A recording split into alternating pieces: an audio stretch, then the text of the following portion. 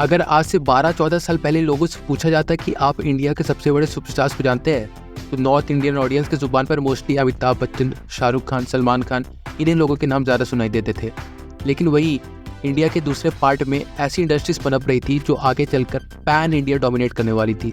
जी हाँ, और ये वक्त था लेस इंटरनेट का, जहाँ पर 5-7वीं क्लास में पढ़ने वाले बच्चे अगर फेसबुक पर अकाउंट बना लेते थे तो वो उनके लिए बहुत कूल और बड़ी अचीवमेंट वाली बात होती थी। और इसी वक्त मोबाइल से ज़्यादा लोगों का अट्रैक्शन पॉइंट होता था टीवी पर। बॉलीवुड फिल्म्स को देखकर जिनमें ज़्यादातर लव स्टोरी होती थी, उससे ऑडियंस थोड़ी बोर होने लगी थी। एंड यही वो वक्त था जब सोनी मैक्स ने तेलुगु लैंग्वेज की ब्लॉकबस्टर फिल्म मास, जिसे हम लोग मेरी जंग वन मैन आर्मी के नाम से जानते हैं, उसके राइट्स लेकर और हिंदी में डब करवाकर सोनी पर रिलीज़ किया। And just like the cult film Sooryavansham, इसे भी फ्रिक्वेंटली सोनी मैक्स पर दिखाना शुरू किया। एंड बॉलीवुड मूवीज़ में से कुछ अलग दिखाने के चलते और लार्जर देन लाइफ वाले कैरेक्टर को देखते हुए नॉर्थ इंडियन ऑडियंस इस फिल्म की कायल हो गई। And seeing its popularity, Nagarjuna की और फिल्में जैसे Don number 1 started gaining popularity, वो भी इतनी ज़्यादा कि इस फिल्म के बहुत से सीन्स पॉप कल्चर का हिस्सा बन गए हैं। But still south Indian industry की फिल्में सिर्फ तेलुगु तक ही लिमिटेड थोड़ी थी।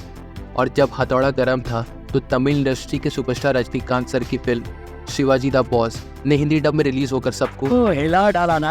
और फिर काफ़ी अरसे तक धीरे धीरे करके और सारी तमिल, तेलुगु, मलयालम, कन्नड़ इंडस्ट्री की पॉपुलर फिल्में रिलीज होने लगी और पॉपुलैरिटी गेन करने लगी। वो भी इतनी ज़्यादा कि उनकी फिल्में फाइनली हिंदी में भी रीमेक होने लगी। After all producer saw opportunity there and they started making profit out of it. और उसी का रिजल्ट था Wanted, Rowdy Rathore, Bodyguard, Drishyam, Ghajini, Kabir Singh, Simmba, Singham etcetera. लेकिन अब भी बहुत कुछ होना बाकी था। आखिर कब तक साउथ फिल्म इंडस्ट्री सिर्फ छोटे स्क्रीन तक समाये रहती? आखिर कभी ना कभी तो इन्हें भी बड़े पर्दे पर दस्तक देनी ही थी। तो चलो ये कसर भी पूरी कर ही दी। The biggest blockbuster of Indian cinema ने साल 2015 में जब आउट ऑफ नोवेयर की mega event Baahubali release in theatres with the help of Karan Johar's production house Dharma production. और जिस टाइम पर बाहुबली रिलीज हुई वो गोल्डन पीरियड था फॉर सिनेमा, क्योंकि दिसंबर 2015 में जियो ने लॉन्च होकर इस फिल्म की हाइप को सातों आसमान पर पहुंचा दिया, जहां इस पर हज़ारों मीम्स बनने लग गए थे। एंड नॉट ओनली दैट, इसने टीवी शोज में भी अपनी पहुंच बना ली थी। And then in 2017 Baahubali 2 got released and the rest is history. और आज साउथ इंडस्ट्री की फिल्में सिर्फ पॉप कल्चर में ही नहीं बल्कि पैन इंडिया में भी अपना दबदबा कायम कर रही है।